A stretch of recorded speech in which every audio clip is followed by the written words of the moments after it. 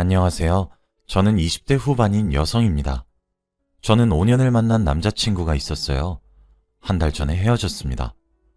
오랜 기간을 만나왔던 사람이라 막상 헤어지면 많이 힘들까봐 걱정이 앞섰는데 속이 다 후련하네요. 아무래도 이런 이야기를 친구들에게 할 순 없어서 임금님 귀는 당나귀 귀라는 심정으로 이렇게 사연으로나마 하소연을 하고 싶어 글을 써봅니다. 제가 오랜 기간을 만난 남자친구였던 2살이 연상인 오빠는 알뜰한 사람이었어요. 사실 저희 집도 그리 부유한 편은 아니었습니다. 살짝 빠듯한 정도랄까요? 당연히 대학교 학비도 학자금 대출을 해야 하는 수준이었죠. 그래서 어렸을 때부터 습관적으로 절약이 몸에 배어있는 편입니다. 요즘은 시대가 좋아져서 인터넷으로 제가 사고 쓰지 않는 물건들은 저렴한 가격에 내놓으면 필요한 사람이 제게 돈을 주고 가져가는 식의 중고거래가 잘 형성되어 있어요. 제가 혼자 살고 있는데 이사를 하면서 엄마가 제게 스팀 다리미를 하나 사주셨습니다. 그래서 원래 가지고 있었던 전기 다리미를 중고로 내놨었죠. 그때 다리미를 사겠다고 나타난 사람이 제 남자친구였던 오빠입니다. 제 이상형은 눈썹이 일자로 짙은 남자인데 오빠가 딱 그랬어요. 약간 첫눈에 반한 느낌이 들었죠. 가격도 선뜻 제가 5,000원도 깎아주었답니다. 거래가 끝난 후 제가 잘 사용하고 계시냐는 연락을 시작으로 만남을 이어갈 수 있게 되었고 우리 사이는 빠르게 연인 사이로 발전했어요. 알뜰살뜰하게 살고 있는 모습이 저와 비슷하더라고요. 그 모습에 반하게 되었습니다. 제 인생 첫 남자친구였어요. 저보다 조금 더 알뜰한 정도로 생각을 했었는데 전혀 아니었습니다. 세상 짠돌이의 구두쇠더라고요. 오빠와 5년 동안 만나면서 참 많은 일이 있었어요. 사귀게 된 이유는 제가 5만 원이 채 되지 않는 립스틱을 선물해달라고 했는데 그때 오빠의 실체를 알게 되었거든요. 사실 이걸 들으시면 자기 돈으로 사면 되는 건데 왜 사달라고 해? 라고 생각하시는 분들도 계실 거예요. 근데 저는 이것이 저만의 애정을 확인하는 방법이었습니다. 왜냐하면 오빠는 만날 때마다 돈 거리는 사람이니까요. 저는 돈 5만 원 때문에 헤어지게 되었어요. 립스틱을 하나 선물해달라고 했다고 오만 소리를 다 하더라고요. 된장년이 뭐니 이렇게 사치를 많이 부리는 사람이었냐면서 말이죠. 저보고 아니 지연아, 네가 몇백만 원짜리 가방도 사고 이런 부유한 여자들이면 몰라도 네가 저런 비싼 립스틱을 왜 쓰려고 해? 그런 걸 보고 다른 사람들이 분수도 모른다고 말을 하는 거야. 아직 어리다 어려. 라고 하는 게 아니겠나요? 맞아요. 저희 집 부유하지 않아요. 몇백만 원짜리 명품 가방? 저 하나도 없어요. 그런데 정말 5만 원도 안 되는 립스틱 하나가 사치라고 생각하시나요? 저도 직장인이고 돈을 버는데 분수를 모른다는 말이 어찌나 가슴에 꽂히던지. 이런 걸 속물이라고 말을 하는 거라고 비아냥대는 남자친구에게 저는 그만 헤어지자고 통보를 했습니다. 사실 지나치게 돈을 아끼려는 모습에 정이 많이 떨어져 있었어요. 늘 더치페이를 했었거든요. 일단 바깥에서 사 먹는 음식들이 애초에 엄청 비싼 음식들은 아니었어요. 주로 기사식당에 저를 자주 데려갔고 밥값이 12,900원 이런 식으로 나오면 정말 10원짜리까지 더치페이를 요구했죠. 마트에서 막대 아이스크림이나 작은 사탕 이렇게 1,000원 안쪽의 군것질 거리는 제게 사다 주었는데 그럴 때마다 오빠가 큰맘 먹었다. 너니까 이런 거 사주는 거야. 라고 말을 하는데 뭔가 연애를 하면 할수록 전반적으로 참 궁상맞다는 생각이 들기 시작하더라고요. 5년을 만나면서 저희가 얼마나 많은 기념일이 있었겠나요? 물론 돈을 아끼는 건 좋은 일이 맞습니다. 돈은 허투루 쓰지 않아야 되니까요. 하지만 저는 써야 되는 순간이 오면 시원하게 쓰고 싶은 사람이에요. 기념일 내내 남들 다 가보는 아웃백, 빕스, 이런 패밀리 레스토랑도 가보지 못했습니다. 비싸다는 이유로 말이에요. 항상 밥은 한 끼에 6,000원 내로 먹을 수 있는 곳에 가야 했죠. 5년을 만났는데 영화 본 적이 10손가락에 꼽을 정도예요. 영화관에서 보는 비용이 너무 아깝다는 이유로 말이죠. 3년 정도 지나면 TV에서 다 재방송해 주는데 참았다 그때 보라고 하더라고요. 영화 볼 돈이면 밥 한 끼 해결할 수 있는 거 알지 않냐면서요. 참, 그 말이 뭐라고 어쩜 그렇게 서러운지. 올해 제 생일인 날엔 초코파이를 쌓아서 케이크라고 제게 건네어 주더라고요. 제 나이가 올해 28살입니다. 초등학생, 중학생이 아니라요. 비싼 생크림 케이크로 생일을 축하해 주겠다는 것은 바라지도 않았어요. 그냥 적당한 수준은 되길 바랬는데 서른이 코앞인 나이에 초코파이가 뭐냐고요. 1년 중 가장 기뻐야 할 제 생일에 제 기분은 정말 형용할 수 없었어요. 올해 초에 제가 가고 싶었던 회사로 운 좋게 이직을 할 수 있어서 연봉은 오르고 일하는 시간은 조금 줄어들게 되었어요. 그래서 마음과 지갑에 여유가 생기니 올해 유달리 궁상맞게 느껴졌습니다. 생일날 초코파이 케이크를 보며 서글퍼지는 마음을 억누르고 케이크가 먹고 싶다고 했어요. 오빠는 버럭 소리를 지르며 우리 형편에 무슨 케이크야. 너 나랑 결혼 안 할 거야? 그렇게 하고 싶은 거 사고 먹고 싶은 거 다 먹으면 결혼은 대체 언제 할래? 정신이 있는 거야 없는 거야? 라고 하더라고요.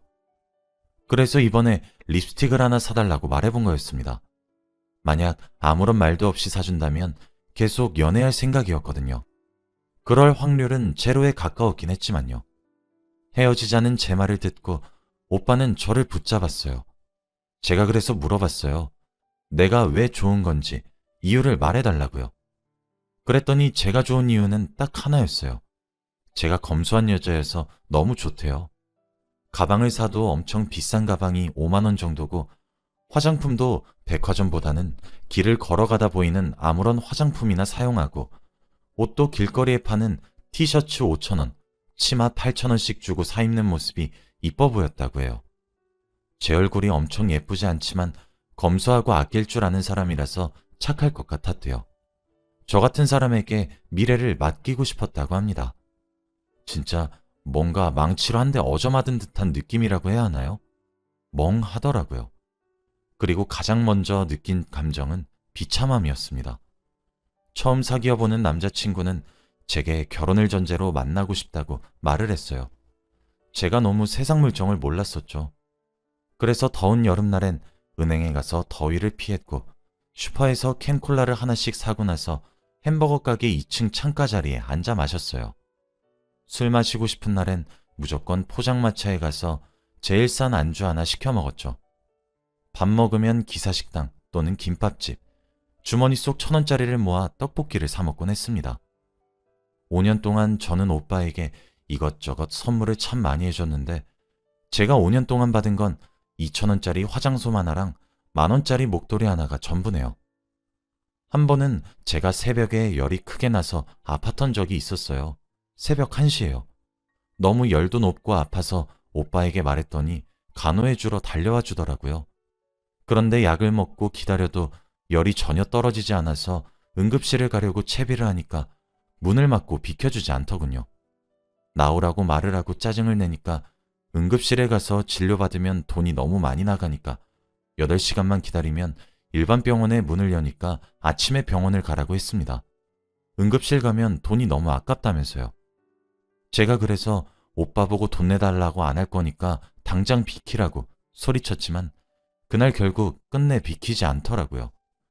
화를 내니 어지럽고 열이 더 났어요. 몸에 힘이 다 빠져 휘청거리다 결국 119에 신고해서 병원을 갈 수 있었죠. 막상 헤어지려고 마음을 먹고 5년을 돌아보니 참 궁상맞게 살았다 싶네요. 남들보다 생활력이 좀 더 강하고 돈을 좀 더 아끼는 남자라 생각했는데 말이죠. 또 오래 만난 사이다 보니 립스틱을 사달라고 하기 며칠 전에 제 학창 친구들이 하도 소개시켜달라고 해서 한번 밥을 먹는 자리를 만든 적이 있었습니다. 제 체면이 있는데 친구들까지 기사식당에 데려갈 수 없잖아요. 한 사람당 12,000원 정도 하는 곳이었어요. 웬일로 남자친구가 계산을 하더라고요. 원래 제가 하려고 했는데 웬일로 남자친구가 계산을 하더라고요. 그런데 제 친구들 보고 계좌번호를 불러주면서 자기 계좌로 각각 돈을 12,000원씩 입금하라고 했습니다. 그때부터였죠. 정이 한번 떨어지기 시작하자마자 후두둑 없던 정도 다 털렸습니다. 립스틱 사건을 끝으로 이제 궁상 떨기 싫으니 헤어지자고 통보 후 집으로 돌아왔는데 문자가 한 통 왔더라고요. 아마 제가 이렇게 헤어짐을 들먹인 적이 단 한 번도 없고 제가 진심으로 헤어지려고 하니까 놀란 것처럼 보였어요. 지연아, 오빠 연락 왜 자꾸 피해? 전화 자꾸 거절하고 있는 것 같아서 이렇게 문자 한 통 남겨. 내가 너하고 결혼하기 위해서 열심히 일해서 돈을 모으려고 하는 게 죄는 아니잖아. 안 그래? 그리고 궁상이라니. 말이 너무 심한 것 같아. 오빠 화나려고 하지만 난 오빠니까 참을게. 우리 애기가 잠시 화가 나서 투정 부렸다고 이해하고 넘어갈게. 나는 너보다 4살 더 먹었으니 용서해 줄 수 있어. 그리고 립스틱 하나 사주지 않아서 이렇게 어린아이같이 투정만 부리려고 하고 철없이 구는 것 같은데 알겠어. 립스틱 사줄게. 그런데 오빠가 한번 알아봤는데 애기가 말한 백화점 브랜드 화장품들은 외국 브랜드라서 외국 사람들에게 더 잘 맞는 거래. 넌 한국 사람이니까 15,000원 이하로 네가 원하는 립스틱 하나 고르면 내가 사주도록 할게. 괜히 브랜드 이름 붙여서 쓸데없이 비싼 립스틱들보다 훨씬 나을 거야. 우리 애긴 잘 알고 있지? 오빠가 얼마나 냉정한 사람인지 잘 알고 있지? 누구보다 네가 제일 잘 알잖아. 너는 지금 속물 같은 사람으로 점점 변하고 있는 것 같아. 오빠 마음이 아프다. 너 돈이나 밝히고 명품이나 밝히는 그런 여자 아니잖아? 그렇게 착하고 검소한 너를 오빠는 놓아줄 수 없어. 지금 애기가 나이가 어려서 오빠가 돈 아끼자는 거에 일일이 서운해하는 것 같은데 시간이 지나고 보면 아, 우리 오빠가 나를 이렇게 많이 사랑했구나 하는 걸 느낄 수 있을 거야. 어리석은 실수 용서하는 건 지금이 마지막이야. 오빠가 이렇게 먼저 한 발짝 다가갔으니 애기도 나에게 다가와야겠지? 우리 애기가 또 같은 실수를 반복하지 않을 거라고 오빠는 믿고 있어. 애기는 오빠 없이 살지 못한다고 말했었잖아. 애기 입으로. 애기가 했던 약속 애기가 지켜. 우린 손잡고 끝까지 같이 가기로 했잖아. 이 연락을 끝으로 애기한테 먼저 연락하지 않을 거야. 나 냉정한 거 애기가 잘 알고 있잖아. 네가 연락하지 않으면 난 더 이상 연락하지 않을 거야. 만약 애기가 연락하지 않으면 분명 후회할 거란 사실은 명심하고 잘 생각하고 행동하길 바랄게. 세상에 오빠처럼 자상하고 애기 생각하는 남자 없을 거야. 연락 기다리고 있을게. 라고 말이죠. 저 진짜 문자를 읽는 순간 입에서 욕이 다 나오더라고요. 저는 바로 답장을 보냈습니다. 저기요, 김수혁 씨. 애기 거리지 말고 오빠 거리지 마세요. 진짜 문자 보다가 역겨워서 토할 뻔했어. 그냥 평생 궁상이나 떨면서 살아. 그쪽은 평생 다른 여자 만나서 그 여자 괴롭히지 말고 좋아하는 돈 꼭 끌어안고 오순도순 살길 바랄게. 아낄 수 있는 곳은 아끼는 게 맞다고도 생각해. 그렇지만 평생 당신처럼 궁상 떨고 싶지 않아. 그리고 진짜 나여서 참고 만났던 거야. 내가 처음 사귀었던 남자친구에서 내가 세상 물정을 너무 몰라서 그래서 5년이나 만나준 거라고. 그리고 우리 집 그렇게 똥구멍 찢어지게 안 가난해. 남들처럼 엄청나게 부유한 건 아니지만 미친 듯이 가난한 집 딸내미 아니라고. 사람 거지 취급하지 마. 기분 더러워. 그리고 5년 전 내가 그쪽을 만났을 당시에 학생이니까 저렴한 옷을 사서 입었던 거지. 사람은 나이를 먹고 환경이 변해. 옷을 사더라도 사는 목적과 때와 장소가 있어. 어떻게 서른이 코앞인 여자 보고 5,000원짜리 옷을 사 입는 모습에 반했다고 할 수가 있지? 너무 궁상 맞고 찌질해. 알아? 궁상 맞은 데다가 이제 구질구질하기까지 한 모양이네. 2번 다시 연락도 하지 말아주었으면 좋겠고 내 연락처도 당장 지웠으면 해.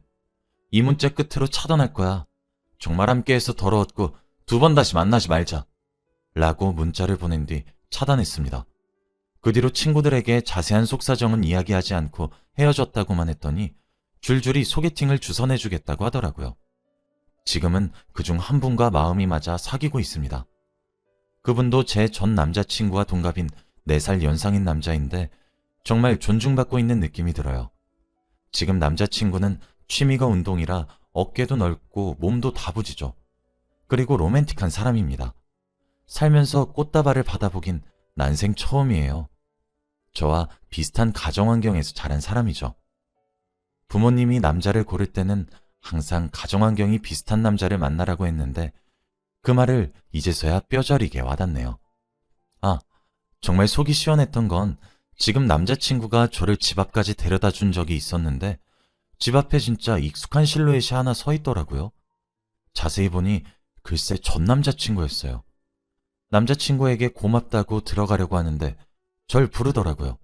그러면서 너 남자 생겨서 나 버린 거였냐? 라면서 길에서 소리를 꽥 지르고 윽박 지르는데 그때 남자친구가 뭡니까? 라고 저를 남자친구 뒤로 끌어 보호하듯 다가가니까 소리를 지르다가 움찔거리며 물러나더라고요. 그래서 기환 씨 미안해요.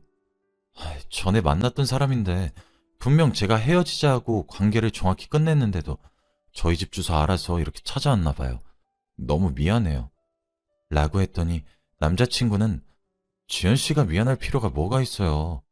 라고 하며 전 남자친구에게 가라고 얘기했습니다. 그놈은 아니 내가 왜 가요?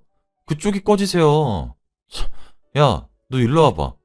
김지연, 너 진짜 완전 불리하우였구나. 여잔 나이 먹으면 먹을수록 속물같이 굴고 늙은 여우가 된다더니 너도 다른 여자들이랑 똑같은 년이었구나. 못된 년. 이러면서 제게 삿대질을 했어요. 제 남자친구는 그놈의 행태에 화가 났는지 삿대질하는 손에 손목을 잡고 뒤로 꺾었습니다. 악악거리며 소리 지르는 그놈에게 제 남자친구는 아니 지금 누구 여자친구한테 지금 연연거리고 삿대질이에요. 경찰 불러서 신고해버리기 전에 두 번 다시 여기 찾아오지 마세요. 아니 진짜 이 사람 헤어졌으면 헤어진 거지. 당신 미쳤어? 이 오밤중에 전 여자친구 집 앞에 뭔 생각으로 찾아온 거야? 당장 안 꺼져? 라며 화를 내고 꺾인 손을 바닥을 향해 던지니까 그놈은 정말 볼품없이 나동그라졌죠. 진짜 솔직히 웃기고 고소한 마음이 들었습니다. 바닥에 내동댕이 쳐진 전 남자친구는 손목을 움켜쥐고는 꽁지가 빠져라 도망갔어요. 제 현재 남자친구는 그날 마치 공주님을 구해준 백마탄 기사님 같았습니다. 그 후에도 발신자 번호를 바꿔가며 가만두지 않겠다, 이렇게 쉽게 끝낼 수 있을 것 같냐 등 전 남자친구로 추정되는 협박성 메시지들이 여러 통 왔고 남자친구에게 전부 다 말했어요. 제게서 전 남자친구의 번호를 받아 직접 전화를 걸더라고요. 아마 모르는 번호라서 전 남자친구도 전화를 바로 받은 것 같았어요. 여보세요? 라며 받은 상대에게 남자친구는 만약에 지연씨 휴대전화에 한 번만 더 이딴 개같은 문자 보내시면 경찰서에서 뵐 것 같네요. 이제 마지막으로 드리는 경고입니다. 명심하세요. 지연씨도 저도 진짜 참을 만큼 참은 것 같으니까 어디 끝까지 한번 해보세요. 누가 이기나 한번 해봅시다 어디. 라고 하니 대답도 않고 전화를 뚝 끊더군요. 신기하게도 그 이후로 그런 메시지들도 싹 끊겼고 평화를 찾아왔습니다. 요즘은 너무 행복하고 사랑이 충만한 하루하루를 보내고 있어요. 저란 사람을 귀하게 여겨 사랑을 주는 남자친구와 연애하는 하루하루가 너무 행복할 뿐이에요. 저는 이렇게 두 번의 연애를 통해 한 가지 배웠습니다. 존중받지 못한 관계는 빨리 청산해야 된다는 것을요. 제 사연을 읽으신 여러분들의 연애는 어떤가요? 존중받고 사랑이 가득한가요? 아니면 남자친구의 태도에서 약간의 의문점이 생기나요? 만일 후자라면 깊이 고민해보세요. 만일 그렇다면 저처럼 오래 끌지 않길 바랄게요. 제 사연을 읽어주셔서 감사드립니다. 오늘도 행복한 하루 되시길 바라며 마칠게요.